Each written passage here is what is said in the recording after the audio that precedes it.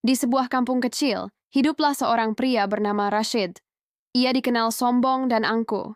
Dalam hidupnya, seolah ia akan hidup selamanya. Ia jarang berbuat baik, apalagi datang ke masjid. Setiap kali azan berkumandang, ia hanya berkata, "Nanti saja, masih panjang umur. Lagian aku belum siap jadi orang alim." Tetangga-tetangganya tahu, Rashid lebih suka menghabiskan waktu dengan urusan dunia. Ia sibuk mengejar harta, memamerkan kendaraan, dan menertawakan orang yang rajin beribadah. Ia lupa bahwa umur manusia tidak panjang, dan kematian tak pernah memberi kabar. Suatu hari, Rashid jatuh sakit. Badannya panas tinggi, seluruh tubuhnya lemah. Tak ada keluarga yang datang menjenguk. Hanya Pak Rahman, imam masjid di kampungnya, yang datang membawa air dan obat. Dengan sabar, Pak Rahman menunggui Rashid berhari-hari.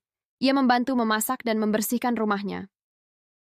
"Kau harus banyak istighfar, Rashid," kata Pak Rahman lembut. "Allah sayang pada hamba yang mau kembali." Rashid hanya mengangguk pelan. Di hatinya muncul rasa malu dan hutang budi. Setelah sembuh, setiap kali Pak Rahman mengajaknya ke masjid, Rashid tidak menolak. Ia datang, duduk di saf paling belakang, meski hatinya belum sepenuhnya ikhlas. "Aku datang bukan karena mau ibadah," batinnya, "tapi karena aku malu pada Pak Rahman." Namun sore itu berbeda. Di masjid diadakan kajian menjelang maghrib, dan tema yang disampaikan Pak Rahman membuat dada Rashid bergetar.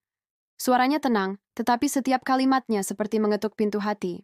"Saudaraku," ujar Pak Rahman, "tahukah kalian, orang yang meninggal awalnya tidak sadar bahwa ia telah mati. Ia merasa sedang bermimpi. Ia melihat dirinya dimandikan, dikafani, disolatkan, lalu diturunkan ke liang lahat. Ia berteriak, tapi tak ada yang mendengar." Rashid menatap ke arah mimbar. Hatinya berdegup kencang. "Setelah semua orang pergi," lanjut Pak Rahman, "Allah kembalikan ruhnya. Ia terbangun dalam gelap. Ia bertanya-tanya, 'Di mana bajuku? Kemana semua orang?'